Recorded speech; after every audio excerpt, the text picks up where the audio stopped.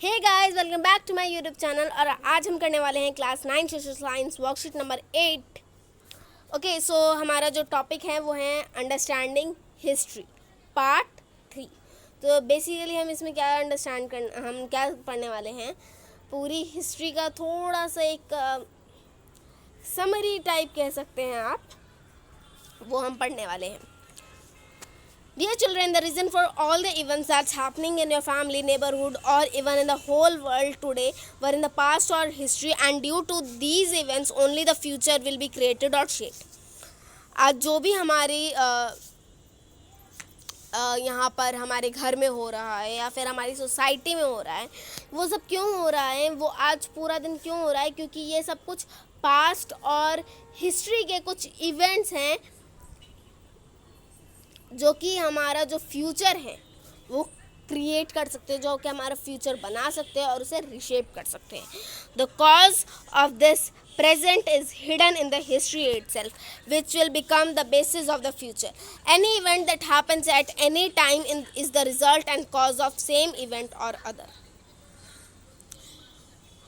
आज the cause of the present is hidden. जो आज हो रहा है उसका जो कॉज है वो छिपा हुआ है हिस्ट्री में। उसका जो भी आज हो रहा है उसका जो रीज़न है वो हिस्ट्री के पीछे छिपा हुआ है, और जो कि हमारे फ्यूचर का एक बेस बन के उठेगा। ठीक है।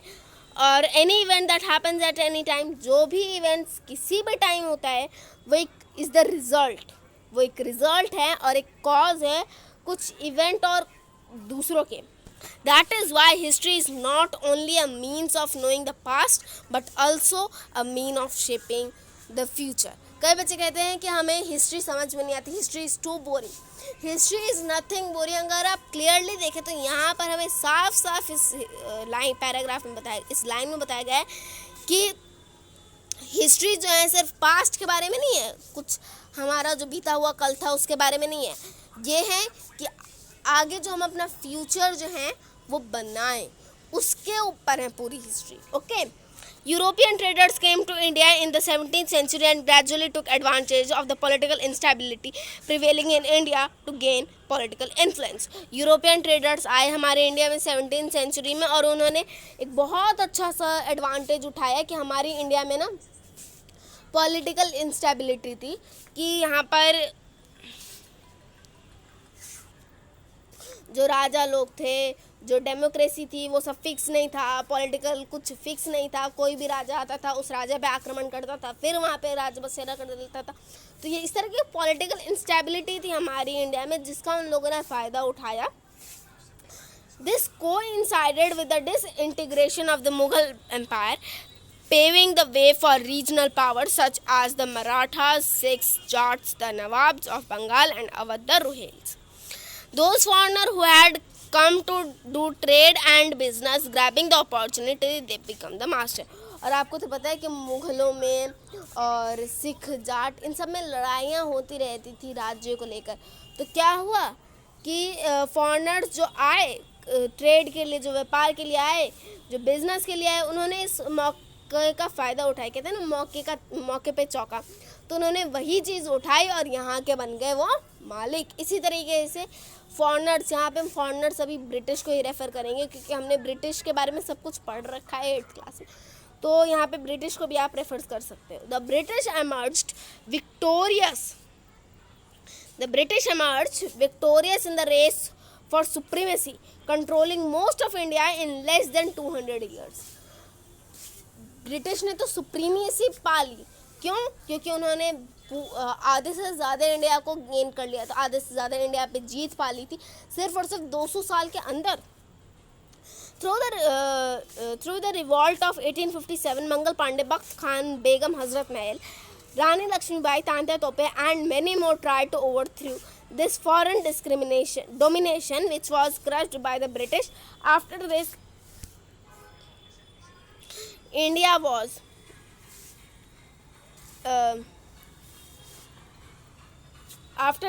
was incorporated into the British Empire by crowning Britain's Queen Victoria as the Empress of India. ठीक है। तो हमने क्या 1857 में रिवोल्ट जब हुआ था, विद्रोह जब हुआ था, मंगल पांडे, बख्त खान, बेगम हजरत महल, रानी लक्ष्मीबाई, तांत्या तोपे और बाकी सब ने भी क्या सोचा कि इस ब्रिटिश जो अंग्रेज़ी जो फिरंगी यहाँ पे आए हैं उसको जड़ से उखाड़ के फेंक दें। After this India was incorporated, और इसके बाद इंडिया जो है इनकॉर्पोरेटेड हो गई किसके अंडर में? ब्रिटिश एम्पायर के अंडर में। और जो ब्रिटिश रानी थी उनका नाम था, ब्रिटिश की रानी का नाम था क्वीन विक्टोरिया। तो क्वीन विक्टोरिया यहाँ की क्या बन गई? एम्प्रेस, यानी सम्राज्ञी बन गई। Due to the rule of the British government over the whole of India, India was tied in the thread of unity. अब चूँकि ऐसा तो नहीं था कि बंगाल में ब्रिटिश जो है वो राज करते हैं और दिल्ली में राज नहीं करते, उन्होंने तो मोस्ट ऑफ द इंडिया को ले लिया था। तो ब्रिटिश के रूल की वजह से पूरी की जो पूरी हमारी इंडिया थी वो एक गांठ में बन चुकी थी, एक धागे में बन चुकी थी, और उस धागे का नाम था unity, Ekta. Thus political unity was established in the country, और इस तरीके से राजनीतिक एकता जो हमारी कंट्री में बन चुकी। The development of various means of transport and western education made the foundation of this unity more solid. Development कैसे हुई? ट्रांसपोर्ट से, वेस्टर्न एजुकेशन से, थोड़े थोड़े हमने आइडियाज़ कहीं से खींचे और इससे क्या हुआ? एक यूनिटी का एक सॉलिड फाउंडेशन बन गया, एक ठोस फाउंडेशन बन। The work of social reformers like Raja Ram Mohan Roy, Swami Dayanand Saraswati and Swami Vivekananda, the destruction of India's supporting rural economy, the disastrous economic policies of the British rule, the rise of the middle class led to the rapid development of the spirit of nationalism in India. कई सारे जो हमारे समाज सेवी थे, समाज सुधारक थे, जैसे हम कह सकते हैं राजा राम मोहन रॉय जो कि इस पिक में खुद गिवन है, स्वामी दयानंद, और यहाँ पे और भी शायद कुछ दिए गए, नहीं और नहीं दिए गए। तो स्वामी दयानंद, स्वामी विवेकानंद, ये सब क्या हुए? इन्होंने देखा the destruction of India self-supporting rural economy and the disaster economic policy of the British rule।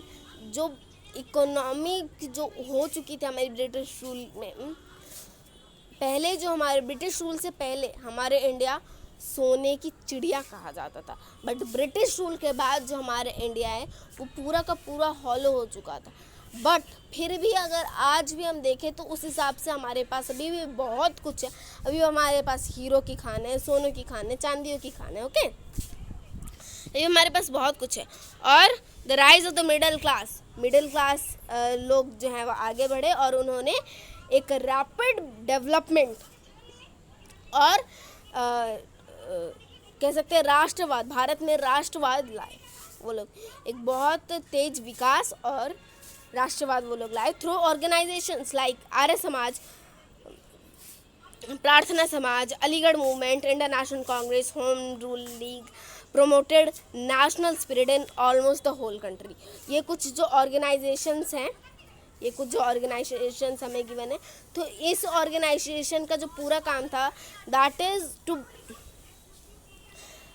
To promote national spirit, ठीक है, राष्ट्रीय एकाग्रता को आगे करना पूरे कंट्री में। लीडर्स एंड रेवोल्यूशनर्स लाइक बाल Gangadhar Tilak, Bipin Chandra Pal, Gopal Krishna Gokhale, Mahatma Gandhi, Subhash Chandra Bose, Lala Lajpat Rai, Jawaharlal Nehru, Chandrashekhar Azad, Bhagat Singh, Ashfaqullah Khan fought a long struggle for the independence of our country. We got independence in the year 1947। बहुत सारे जो रिवोल्यूशनर्स हैं उन्होंने हमारे लिए आज़ादी के लिए लड़े, बहुत एक लॉन्ग स्ट्रगल चलता रहा और उसके बाद हमें 1947 में आज़ादी मिली है, आज़ादी हमें उसके बाद मिली है। Dear children, by remembering the glorious past of our country, taking lessons from past mistakes, we have to improve our present and plan for a golden future. Isn't the journey of history was interesting?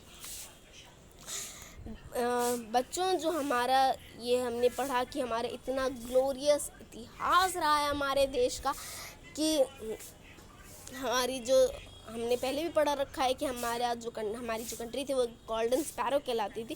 तो इन सब से प्रेरणा लेके जो हमने past में गलतियाँ की, जो हमने पास्ट में कुछ अच्छा सीखा, उन सब से हम क्या करेंगे, एक अच्छा अपने प्रेजेंट को अच्छा बनाएंगे और एक अच्छा गोल्डन फ्यूचर बनाने की कोशिश करेंगे, अच्छा गोल्डन फ्यूचर प्लान करेंगे।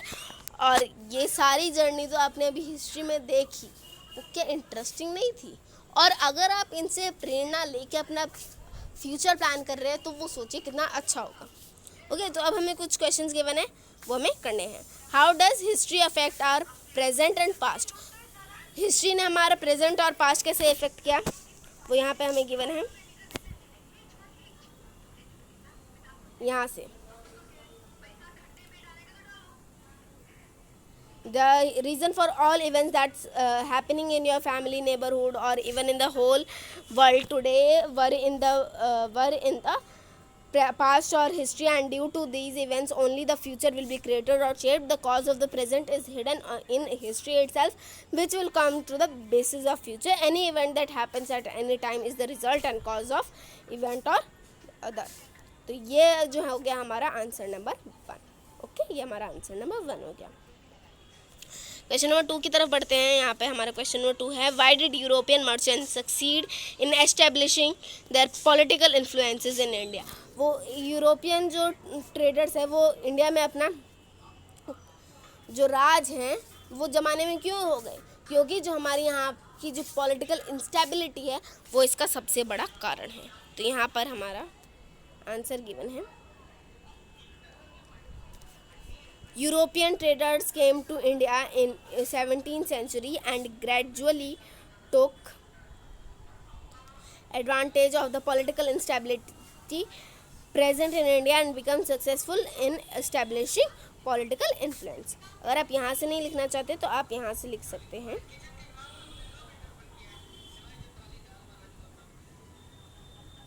यहाँ से यूरोपियन से लेकर आप यहाँ तक गेन पॉलिटिकल इन्फ्लुएंस। ओके, यहाँ तक आपका जो है वो हो जाएगा आंसर नंबर 2। तो आप वो वाला भी लिख सकते हैं जो मैंने आपको दिखाया पहले, और ये वर्कशीट में से भी आप लिख सकते हैं। Okay, question number 3, what were the various reason for the rise of the national movement in India? कौन कौन से वो कारण थे जिसकी वजह से इंडिया में नेशनल मूवमेंट रेज हुआ? बहुत सारे कारण थे। 1857 का revolt, economic discontent, rise of Congress, तो ये सब जो हैं वो कारण थे, मेजर कॉजेज थे। तो ये हो गया हमारा आंसर नंबर 3। ये हो गया हमारा आंसर नंबर 3।